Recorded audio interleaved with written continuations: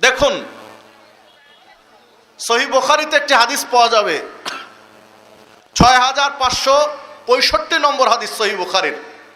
আর রাসূল সাল্লাল্লাহু আলাইহি ওয়াসাল্লাম বলছেন, বিচারের মাঠে কঠিন এক পরিস্থিতি, ওই মুহূর্তে মানুষ দলে দলে আদম আলাইহিস সালামের কাছে যাবেন, বলবেন যে আপনি তো আমাদের আদি পিতা, সকল মানুষের পিতা, আপনি প্রথম মানুষ, আজকে আমরা বিপদে পড়ে আপনার কাছে এসেছি, আপনি একটু আমাদের জন্য আল্লাহ রাব্বুল আলামিনের কাছে সুপারিশ করুন, যেন আল্লাহ বিচারটা হালকা করে দেন, আমরা যেন বাঁচতে পারি। তখন আদম আলাইহিস সালাম বলবেন যে না, আমি আমার ভুলের জন্য লজ্জিত, আমি তোমাদের জন্য কিছু করতে পারবো না, বরং তোমরা নূহ আলাইহিস সালামের কাছে যেতে পারো। মানুষ চলে যাবে নূহ আলাইহিস সালামের কাছে। নূহ আলাইহিস সালামের কাছে গিয়ে বলবেন, আপনি সারে, আপনাকে দিয়ে পৃথিবী দ্বিতীয়বার আবাদ শুরু হয়েছে, বিধায় আপনার কাছে বিশেষভাবে আমরা এসেছি, আপনি আমাদের জন্য আল্লাহর কাছে একটু প্রার্থনা করুন, যেন আল্লাহ বিচারটা হালকা করে দেন। নূহ আলাইহিস সালাম বলবেন না, আমি আমার ভুলের জন্য লজ্জিত। মানে তিনি ছেলের বিষয়ে একটু আবেগ তাড়িত হয়েছিলেন, যখন ছেলে ডুবে যাচ্ছিল, যেইটা আল্লাহ রাব্বুল আলামিন সতর্ক করে দিয়েছিলেন, নূহ না, যার ঈমান নেই তাকে বাঁচানোর ক্ষেত্রে তুমি সহযোগিতা করতে পারো না, নিষেধ করে দিয়েছিলেন। আমি আমার ভুলের জন্য লজ্জিত, আমি কিছু করতে পারবো না, বরং তোমরা ইব্রাহিম আলাইহিস সালামের কাছে যাও। ইব্রাহিম আলাইহিস সালামের কাছে গিয়ে মানুষ যখন বলবে, ইব্রাহিম আলাইহিস সালাম বলবেন না, আমি আমার ভুলের জন্য লজ্জিত, আজকে যদি আল্লাহ আমাকে জিজ্ঞাসা করেন আমি কি বলবো এইটা ভাবছি, আমি তোমাদের জন্য কিছু করতে পারবো না। ইব্রাহিম আলাইহিস সালামের ভুল হচ্ছে 3 জায়গায় 3টা মিথ্যা কথা বলেছিলেন, যদিও তিনি কৌশলগত কারণে বলেছিলেন, ওই ব্যাখ্যা আমি আজকে দিতে চাই না যেহেতু সময় কম। তো দেখুন, এইবার মানুষ যাবে মূসা আলাইহিস সালামের কাছে। মূসা আলাইহিস সালাম বলবেন না, আমি আমার ভুলের জন্য লজ্জিত। মানে এক কিপ্তিকে এক থাপ্পড় দিয়ে মেরে ফেলে দিয়েছিলেন, মেরেছিলেন, 2 জন ঝগড়া করছিল, থামানোর জন্য একজনকে একটা থাপ্পড় মেরেছিলেন, আর স্পটে ডেড বডি, ওখানে মরে গেল। তিনি থামাবেন কিন্তু মেরে ফেলে দিলেন কেন?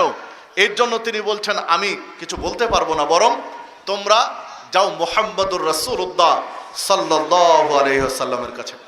সহিহ বুখারীর 6565 নম্বর হাদিস। দেখুন,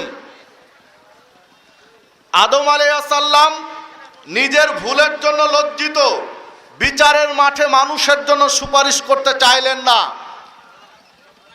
নূহ আলাইহিস সালাম নিজের ভুলের জন্য লজ্জিত, বিচারের মাঠে সুপারিশ করতে চাইলেন না। ইব্রাহিম আলাইহিস সালাম বিচারের মাঠে সুপারিশ করতে চাইলেন না। মূসা আলাইহিস সালাম বিচারের মাঠে সুপারিশ করতে চাইলেন না, নিজের ভুলের জন্য লজ্জিত। অতীতের বড় বড় প্রথম শ্রেণীর 4 জন নবী বুঝা গেল তাদের জীবনে ভুল হয়েছে। তাদের ভুল হয়েছে না হয়নি? হয়েছে। এরপরে আসুন, আইয়ুব আলাইহিস সালাম, সহিহ বুখারীর মধ্যে হাদিসটি পাবেন, 3391 নম্বর হাদিস। আইয়ুব আলাইহিস সালাম নিজের ভুলের জন্য লজ্জিত, আল্লাহর কাছে ক্ষমা চাচ্ছেন। তাহলে আইয়ুব আলাইহিস সালামের মতো একজন নবীর ভুল হয়েছে, যা বোঝা যায় হাদিসে। এরপরে দেখুন, সুলাইমান আলাইহিস সালাম এবং দাউদ আলাইহিস সালাম, একটা সন্তান ভাগের ক্ষেত্রে 2 রকম হয়ে গেল। 2টা মা, 2টা মহিলা একটা বাচ্চা নিয়ে ঝগড়ায় লিপ্ত, দ্বন্দ্বে লিপ্ত। একজন বলছে, বড়জন বলছে বাচ্চা আমার, ছোটজন বলছে না বাচ্চা আমার। সমাধান কি? চলো দাউদ আলাইহিস সালামের কাছে। দাউদ আলাইহিস সালামকে ঘটনা যার যার মতো করে বললেন। দাউদ আলাইহিস সালাম তৎক্ষণাৎ যা বুঝলেন ফয়সালা দিলেন, বাচ্চাটা বড়জনের, কিন্তু প্রকৃতপক্ষে বাচ্চাটা ছিল ছোটজনের। বাচ্চাটা বড়জনের বলে ফয়সালা দিয়ে দিলেন। বড়জন বাচ্চা নিয়ে চলে যাচ্ছেন, আর ছোটজন কাঁদছে আর যাচ্ছে, কারণ বাচ্চা তো তার। পথিমধ্যে দেখা হলো সুলাইমান আলাইহিস সালামের সাথে। সুলাইমান আলাইহিস সালাম বললেন, তোমাদের কি হয়েছে? বললেন, এই ঘটনা। আপনারা সমাধান দিয়েছেন। সুলাইমান আলাইহিস সালাম কি করে বুঝবেন যে বাচ্চাটা ছোটজনের? সে তো মিথ্যা বলতে পারে নাকি? তখন সুলাইমান আলাইহিস সালাম বললেন, ঠিক আছে, আমি একটা ফয়সালা করি, তোমরা দুইজনে সন্তুষ্ট হলে মেনে নিবে তো? তো হ্যাঁ। তো বাচ্চাটা রেখে বলছেন তরবারি উঠে যে আমি বাচ্চাটা দুই টুকরো করে দেই, তোমরা দুইজন দুই টুকরো নিয়ে নাও, দুইজনের কাছে বাচ্চা থাকবে। তখন বড়জন বলছেন আমি রাজি, আমি রাজি আছি। আর ছোটজন বলছেন না, বাচ্চা আমার নয়, বাচ্চা বড়জনেরই, আপনার আব্বা ঠিকই ফয়সালা দিয়েছিল, আপনি ওকে দিয়ে দেন, আমার লাগবে না। তখন সুলাইমান আলাইহিস সালাম বললেন, না, বাচ্চা আসলে তোমারই, বাচ্চা বড়জনের নয়, বাচ্চা বড়জনের নয়। কারণ কোন মা চোখের সামনে সন্তানের হত্যা সহ্য করতে পারে না। তুমি আসলে অরিজিনাল মা, তাই তুমি মেনে নিতে চাইলে না, তুমি বাচ্চার সত্য ত্যাগ করে দিলে, বাচ্চা দিয়ে দিতে চাচ্ছ বড়জনকে, তোমার বুকের সান্ত্বনা বাচ্চাটা বেঁচে থাকবে পৃথিবীতে, এটাই তোমার সান্ত্বনা। বিধায় সুলাইমান আলাইহিস সালাম বললেন, না, বাচ্চা ছোটজনের। সম্মানিত উপস্থিতি, সূরা আম্বিয়া ৭৮ এবং ৭৯ নম্বরে আয়াতে আল্লাহ রাব্বুল আলামিন ঘটনাটা তুলে ধরেছেন। এর বিস্তারিত তাফসির গ্রন্থগুলো, যে কোনো ভালো একটা তাফসির ইবনে কাসির, তাফসিরে ফাতুল কাদির, তাফসিরে কুরতুবি বা তাফসিরে নাসেরা সাদি, ভালো একটা তাফসির দেখলে বিস্তারিত আলোচনা পাবেন। যে কথা বলছিলাম, তাহলে দুইজনে নবী, সুলাইমান আলাইহিস সালাম, দাউদ আলাইহিস সালাম, দুইজনই নবী। সুলাইমান আলাইহিস সালাম ছেলে, দাউদ আলাইহিস সালাম কি পিতা। পিতা ডিসিশন দিতে ভুল করলেন আর ছেলে ঠিক করে দিলেন, তাই না? কি পিতা ধমক দিয়েছিলেন যে তুমি আমার ছেলে হয়ে আমার ভুল ধরো, এত বড় স্পর্ধা কোত্থেকে আসলো? ধমক দিয়েছিলেন, বলেছিলেন যে তুমি বড় না আমি বড়, বলেছিলেন কি? এখনকার কোন ছেলে যদি সহি আকীদা গ্রহণ করে আর বাপ ভুলের মধ্যে থাকে, তো বাপ ছেলেকে কিভাবে চোখ রাঙায়? এটা কি আদর্শ?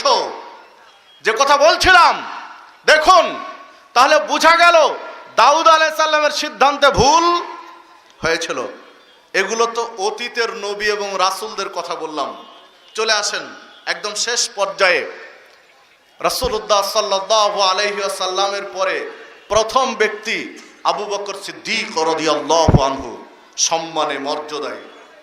আবু বকর সিদ্দিক রাদিয়াল্লাহু আনহুর কাছে একজন বৃদ্ধা মহিলা এসে বলছেন,